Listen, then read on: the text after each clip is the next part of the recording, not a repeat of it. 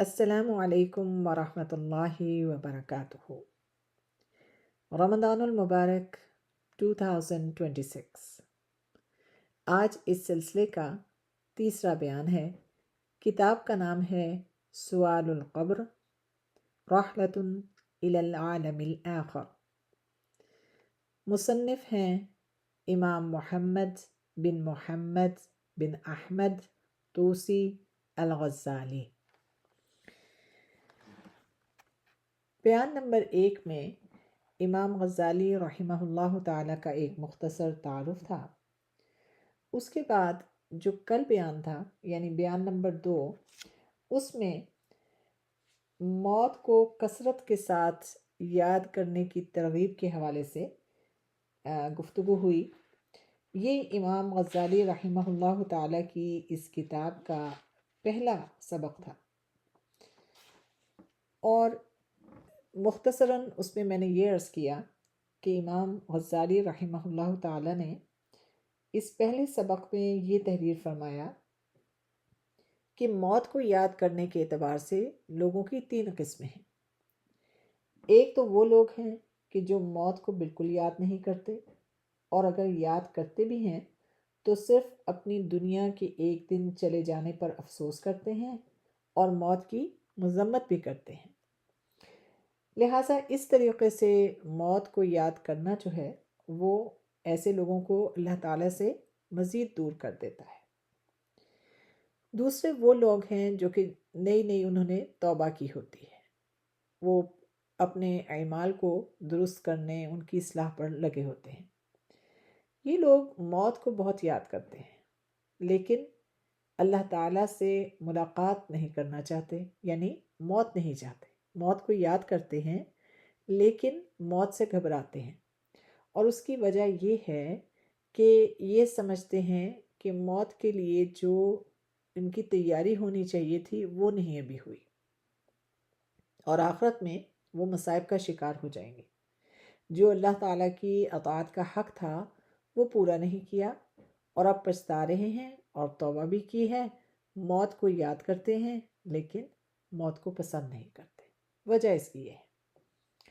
تیسرے وہ لوگ ہیں کہ جو عارفین میں آتے ہیں، جو موت کو یاد بھی کرتے ہیں اور موت کو پسند بھی کرتے ہیں، اور موت کو پسند کرنے کی وجہ یہ ہے کہ وہ اس دنیا کے مصائب سے، جو گناہوں کا ایک مرکز ہے، اس سے نجات حاصل کرنا چاہتے ہیں کہ آج تو ہم عبادت کر رہے ہیں، اطاعت کر رہے ہیں، کل یہ نہ ہو کہ کوئی نیا فتنہ آ جائے، نئی آزمائش آ جائے کہ جس میں ہم پورے نہ اتر سکیں۔ اور ارد گرد جو ماحول بنا ہوتا ہے گناہوں کا، اس کو بھی دیکھ کر انہیں دنیا سے محبت نہیں ہوتی۔ اور دوسری وجہ یہ ہے کہ یہ اللہ تعالیٰ سے ملاقات کرنے کے منتظر ہوتے ہیں، تو یہ موت کو پسند کرتے ہیں۔ اس کے بعد میں نے آپ کے سامنے کچھ احادیث تلاوت کی اور آثار بیان کیے جو موت کو یاد کرنے کے فضائل اور اجر کے حوالے سے تھے، اور ساتھ یہ بھی کہ امام غزالی رحمہ اللہ تعالی اپنی کتاب میں فرماتے ہیں کہ موت کی یاد کو پختہ کرنے کا طریقہ یہ ہے کہ انسان اپنے وہ لوگ جو کہ اس دنیا سے چلے گئے ہیں ان کو یاد کرے، ان کو یاد کرے کہ کیسے وہ ہنستے کھیلتے، اٹھتے بیٹھتے، کھاتے پیتے، پہنتے، اپنی دنیا گزارتے تھے، مسجد جاتے، بازار جاتے، لوگوں سے ملنے جاتے، اور آج وہ ہم میں موجود نہیں ہیں۔ اور پھر تصور میں لائے کہ آج جو ہم میں وہ موجود نہیں ہیں تو زمین کے نیچے وہ کس حالت میں ہیں۔ زمین کے نیچے وہ اس حالت میں نہیں ہے جس میں دفن کیا گیا تھا، بلکہ کیڑوں نے گوشت کھا لیا اور مٹی نے ہڈیاں کھا لی۔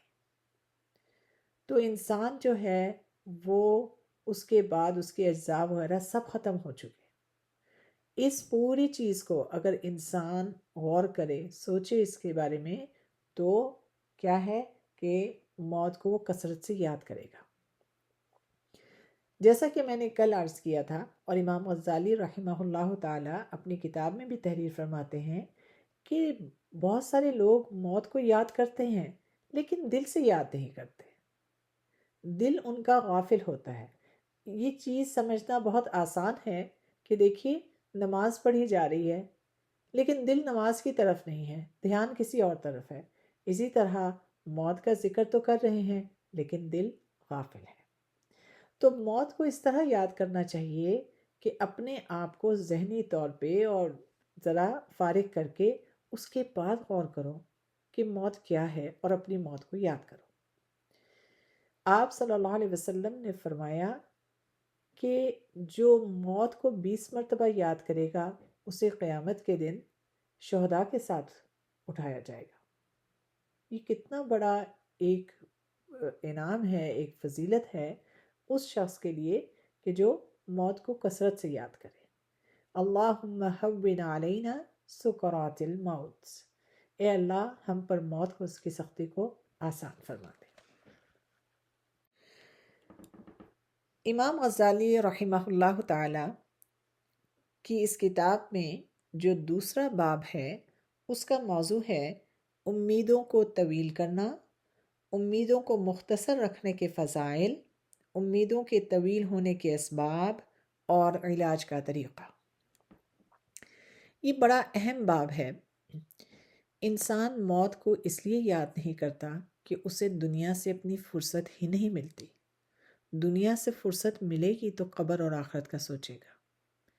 اس لیے یہ بات اہم ہے کہ ہم اپنی امیدوں کو مختصر کریں، اور یہ مختصر کرنا جو ہے اس میں بہت ساری فضیلت اور فائدے ہیں۔ اس کے بعد امام صاحب اس باب میں امیدوں کے لمبے ہونے کا، لمبی لمبی امیدیں رکھنا، اس کی وجوہات کیا ہیں، اور سب سے بڑھ کر یہ کہ اس کا علاج کیا ہے۔ انشاءاللہ آج کے بیان میں امیدوں کو کم کرنے کی فضیلت کے حوالے سے آپ حدیث اور آثار سنیں۔ حدیث شریف ہے، آپ صلی اللہ علیہ وسلم نے فرمایا، ان اشد ما اخاف علیکم خصلتان اتباع الہوى وطول الامل، فاما اتباع الہوى فانه يصد عن الحق، واما طول العمل فانه الحب للدنيا۔ ثم قال الا ان الله تعالى يعطي الدنيا من يحب ويبغض، واذا احب عبدا اعطاه الايمان، الا ان للدين ابناء وللدنيا ابناء، فكونوا من ابناء الدين ولا تكونوا من ابناء الدنيا، الا ان الدنيا قد ارتحلت مولية، الا ان الآخرة قد ارتحلت مقبلة، الا وانكم في يوم عمل ليس فيه حساب، الا وانكم توشكون في يوم حساب ليس فيه عمل۔ یہ حدیث شریف سیدنا علی رضی اللہ عنہ نے روایت کی ہے۔ اس کا ترجمہ سنیے کہ آپ صلی اللہ علیہ وسلم نے فرمایا، مجھے تم پر یعنی تم لوگوں پر دو خصلتوں کا سب سے زیادہ خوف ہے، نفس خواہشات کی اتباع اور لمبی امیدیں۔ جہاں تک خواہشات کی اتباع کا تعلق ہے تو ایسا کرنا انسان کو حق بات قبول کرنے سے روک دیتا ہے۔ یعنی انسان جب اپنی خواہشات کے پیچھے بہت زیادہ لگ جاتا ہے تو حق بات سے وہ ہٹتا چلا جاتا ہے۔ کیوں؟ کیونکہ وہ خواہشات کا غلام ہو چکا ہوتا ہے۔ مزید ترجمہ سنیے، اور جہاں تک لمبی امیدوں کا تعلق ہے تو لمبی امیدیں سراسر دنیا کی محبت ہے۔ پھر آپ صلی اللہ علیہ وسلم نے فرمایا، سنو، بے شک اللہ تعالیٰ دنیا اس آدمی کو بھی دیتے ہیں جس کو پسند فرماتے ہیں، جس سے محبت رکھتے ہیں، اور اس کو بھی دیتے ہیں جس پر غضب فرماتے ہیں، یعنی جو اللہ تعالیٰ کو ناپسند ہے۔ اور جب اللہ تعالیٰ کسی بندے سے محبت فرماتے ہیں تو اسے ایمان کی دولت عطا فرماتے ہیں، سنو، اس دنیا میں دین کی فکر کرنے والے بھی ہیں اور دنیا کی فکر کرنے والے بھی ہیں۔ تم دین کی فکر کرنے والوں میں سے ہو جاؤ اور دنیا کی فکر کرنے والے نہ بنو۔ سنو، بے شک دنیا منہ پھیر کر جا رہی ہے۔ سنو، بے شک آخرت تمہاری طرف منہ کر کے آ رہی ہے۔ سنو، آج تم عمل کرنے کے دن میں ہو جس میں حساب نہیں ہے، اور ان قریب تم حساب کے دن میں ہوگے جہاں تم عمل نہیں کر سکو گے۔ حضرت ابن عباس رضی اللہ عنہما کی روایت ہے کہ جس سے پتہ چلتا ہے کہ آپ صلی اللہ علیہ وسلم جب رفع حاجت سے فارغ ہوتے تو آپ پہلے تیمم فرما لیتے۔ تو سیدنا ابن عباس رضی اللہ عنہما نے ایک مرتبہ آپ صلی اللہ علیہ وسلم سے پوچھا کہ پانی تو قریب ہے، آپ نے پہلے تیمم فرمایا پھر وضو کیا، تو آپ صلی اللہ علیہ وسلم نے جواب دیا کہ ہو سکتا تھا کہ میں وضو کے پانی تک پہنچ ہی نہ پاتا۔ مراد یہ ہے کہ آپ صلی اللہ علیہ وسلم جب رفع حاجت سے فارغ ہوتے تو پانی تک پہنچنے کا انتظار نہ فرماتے، تیمم کر لیتے۔ حالانکہ پانی کو بہت زیادہ دور نہیں تھا، لیکن اس وجہ سے کہ ایسا نہ ہو کہ پانی تک پہنچنے سے پہلے اللہ رب العزت ملک الموت کو بھیج دیں۔ سبحان اللہ، یہ ہے موت کی تیاری۔ ایک اور حدیث شریف ہے، آپ صلی اللہ علیہ وسلم نے فرمایا، نجا اول هذه الامتی بالیقین والزہد ویہلک آخر هذه الامتی بالبخل والعمل۔ اس امت کے پہلے لوگوں نے یقین اور زہد کے سبب نجات پائی ہے، جبکہ اس کے جو آخری لوگ ہیں وہ بخل اور لمبی امیدوں کے سبب ہلاک ہوں گے۔ آپ صلی اللہ علیہ وسلم یہ دعا فرمایا کرتے تھے، اللہم انی اعوذ بک من دنیا تمنع خیر الآخرہ واعوذ بک من حیات تمنع خیر الممات واعوذ بک من عمل یمنع خیر العمل۔ اے اللہ، میں ایسی دنیا سے تیری پناہ مانگتا ہوں جو آخرت کی بھلائی کو مجھ سے روک دے، اور میں ایسی زندگی سے پناہ مانگتا ہوں جو موت کی بھلائی کو مجھ سے منع کر دے، اور میں ایسی امیدوں سے تیری پناہ مانگتا ہوں جو عمل کی بھلائی کو مجھ سے روک دے۔ حضرت سلمان فارسی رضی اللہ عنہ مشہور صحابی ہیں، آپ نے ان کا نام سنا ہوگا۔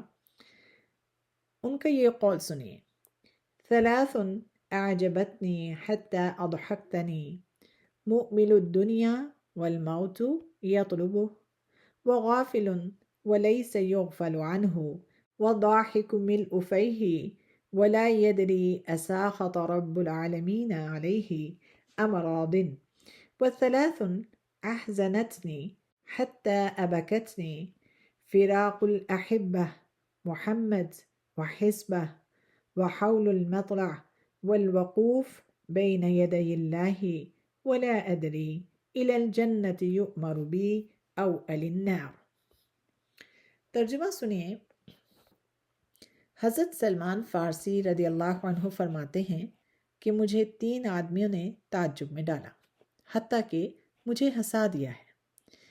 ایک دنیا کی امید رکھنے والا انسان جبکہ موت اس کی طلب میں ہے، یعنی موت کے قریب ہے اور لمبی لمبی امیدیں اور پلاننگ کر کے بیٹھا ہوا ہے۔ دوسرا غافل انسان جس سے غفلت نہیں برتی جائے گی، اور تیسرا منہ بھر کے ہنسنے والا جبکہ اسے اس بات کا علم نہیں کہ کیا دونوں جہانوں کا رب اس سے ناراض ہے یا راضی ہے۔ فرماتے ہیں، اور 3 چیزوں نے مجھے بہت زیادہ غمگین کیا ہے، حتیٰ کہ مجھے رلا دیا ہے۔ ایک اپنے محبوب یعنی حضرت محمد صلی اللہ علیہ وسلم اور آپ کی جماعت کی جدائی، دوسرا قیامت کی گھبراہٹ، اور تیسرا اللہ تعالیٰ کے سامنے حاضر ہو کر کھڑے ہونا جبکہ مجھے یہ معلوم نہیں ہوگا کہ میرے متعلق جنت کی طرف جانے کا حکم صادر ہوتا ہے یا دوزخ کی طرف۔ ذرا غور کیجئے، حضرت سلمان فارسی رضی اللہ عنہ 3 آدمیوں کے بارے میں تعجب کا شکار ہیں اور ان لوگوں کی یعنی کہنا چاہیے کم عقلی پر فرماتے ہیں کہ مجھے ہنسی آتی ہے۔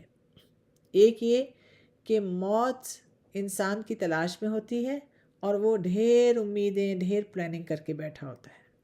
دوسرا، غافل انسان، کیا وہ یہ سوچتا ہے کہ اس کے حساب کتاب سے کوئی غفلت نہیں کی جائے گی، تو وہ اس حساب کتاب کی تیاری سے غافل کیوں ہے؟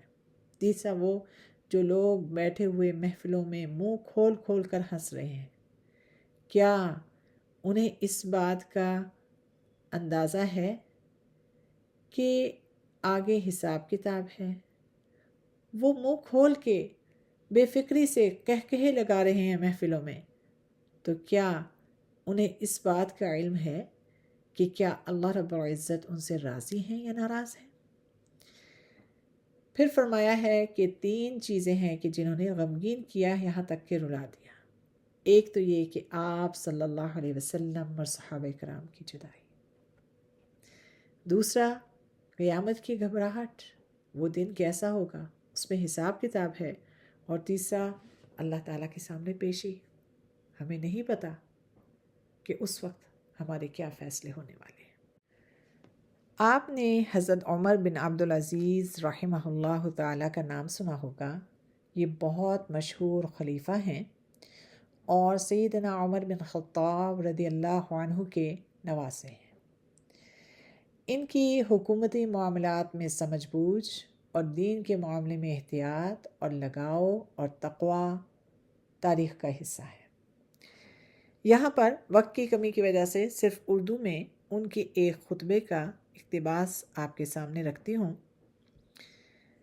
ایک مرتبہ امیر المومنین حضرت عمر بن عبدالعزیز رحمہ اللہ تعالیٰ نے اپنے خطبے میں ارشاد فرمایا، ہر سفر کے لیے لازماً زاد راہ ہوتا ہے، یعنی ساتھ سفر کے لیے انسان نکلتا ہے تو کوئی سامان رکھتا ہے، لہٰذا تم اپنی دنیا سے آخرت کی طرف سفر کے لیے تقوی کا زاد راہ لے لو، اور تم اس آدمی کی طرح ہو جاؤ جس نے اس ثواب اور عذاب کو اپنی آنکھوں سے دیکھ لیا ہے جو اللہ تعالیٰ نے اس کے لیے تیار فرما رکھا ہے۔ لہٰذا اس ثواب کی رغبت اور عذاب سے خوف رکھو، اور تم پر مدت طویل نہ ہو، یعنی جب انسان ایک عرصے تک غافل رہتا ہے اور موت کا نہیں سوچتا، موت کے لیے تیاری نہیں کرتا، تو کیا ہوتا ہے؟ وہ مراد ہے کہ یہ عرصہ لمبا نہ ہو جائے، ورنہ تمہارے دل سخت ہو جائیں گے اور تم اپنے دشمن ابلیس کی اطاعت کرنے لگو گے، کیونکہ اللہ کی قسم اس آدمی کی امید طویل نہیں ہوتی جس کو یہ خبر ہو کہ وہ شام کے بعد صبح نہیں کرے گا اور صبح کے بعد شام نہیں کرے گا، کیونکہ صبح اور شام کے درمیان موت کے اچکنے کے کئی اوقات ہیں۔ یاد رکھو، میں نے اور آپ نے بھی کئی ایسے لوگوں کو دیکھا ہے جو دنیا کے ساتھ دھوکے میں مبتلا ہیں۔ آنکھ صرف اس آدمی کی ٹھنڈی ہو سکتی ہے جسے اللہ تعالیٰ کے عذاب سے نجات پر پختہ یقین ہو، اور خوشی کا اظہار صرف ایسا آدمی کر سکتا ہے جو قیامت کی گھبراہٹوں سے مامون ہو، جبکہ جس آدمی کو ایک زخم کا مداوع کرنے سے پہلے کسی دوسری جانب سے دوسرا زخم لگ جائے تو وہ خوش کیسے ہو سکتا ہے؟ میں اس بات سے اللہ تعالیٰ کی پناہ مانگتا ہوں کہ تم لوگوں کو کسی ایسی بات کا حکم دوں جس سے اپنے نفس کو نہیں روکتا، ورنہ میری تجارت خسارے میں رہے گی، میرا عیب ظاہر ہو جائے گا، اور اس دن میری محتاجی سب کے سامنے آ جائے گی، جس دن مالداری اور فقر ظاہر ہوں گے اور ترازو قائم ہوں گے۔ تم کو ایک ایسے معاملے کا مکلف بنایا گیا ہے کہ اگر ستاروں کو اس کا مکلف بنایا جاتا تو وہ بے نور ہو جاتے، اگر پہاڑوں کو اس کا مکلف بنایا جاتا تو وہ پگھل جاتے، اور اگر زمین کو اس کا مکلف بنایا جاتا تو وہ شق ہو جاتی۔ کیا تم نہیں جانتے کہ جنت اور دوزخ کے درمیان کوئی منزل نہیں اور تم ان دونوں میں سے کسی ایک کی طرف رواں دوا ہو۔ سبحان اللہ۔ اور آخر میں مسلمانوں کے خلیفہ اول حضرت ابو بکر صدیق رضی اللہ عنہ کا یہ قول: وعن أبي بكر الصديق رضي الله تعالى عنه أنه كان يقول في خطبته: أين الوضاء الحسنة وجوههم المعجبون بشبابهم، أين الملوك الذين بنوا المدائن وحصنوها بالحيطان، أين الذين كانوا يعطون الغلبة في مواطن الحرب، قد تضعضع بهم الدهر فأصبحوا في ظلمات القبور الوحا ثم النجا۔ حضرت ابو بکر صدیق رضی اللہ تعالیٰ سے مروی ہے کہ اپنے خطبے میں فرمایا: آج وہ لوگ کہاں گئے ہیں جن کے چہرے روشن اور حسین تھے اور وہ اپنی جوانیوں پر فخر کیا کرتے تھے؟ وہ بادشاہ کہاں گئے ہیں جنہوں نے شہر تعمیر کیے تھے اور ان کے گرد دیواریں بنا کر ان کو محفوظ بنایا تھا؟ وہ لوگ کہاں ہیں جو لڑائی کے میدانوں میں غالب ہو جاتے تھے؟ زمانے نے ان کو ذلیل اور عاجز کر دیا حتیٰ کہ وہ اپنی قبروں کے اندھیرے میں پہنچ گئے ہیں، لہٰذا تم جلدی کرو اور اپنی نجات کا بندوبست کرو۔ امام غزالی رحمہ اللہ تعالیٰ کی کتاب کے اس دوسرے باب میں بہت ساری احادیث اور آثار اور اقوال موجود ہیں۔ ان میں سے چند میں نے آپ کے سامنے پیش کیے ہیں۔ انشاءاللہ اس باب میں مزید بیان کل ہوگا۔ اللہم صلی وسلم علی نبینا محمد۔ السلام علیکم ورحمۃ اللہ وبرکاتہ۔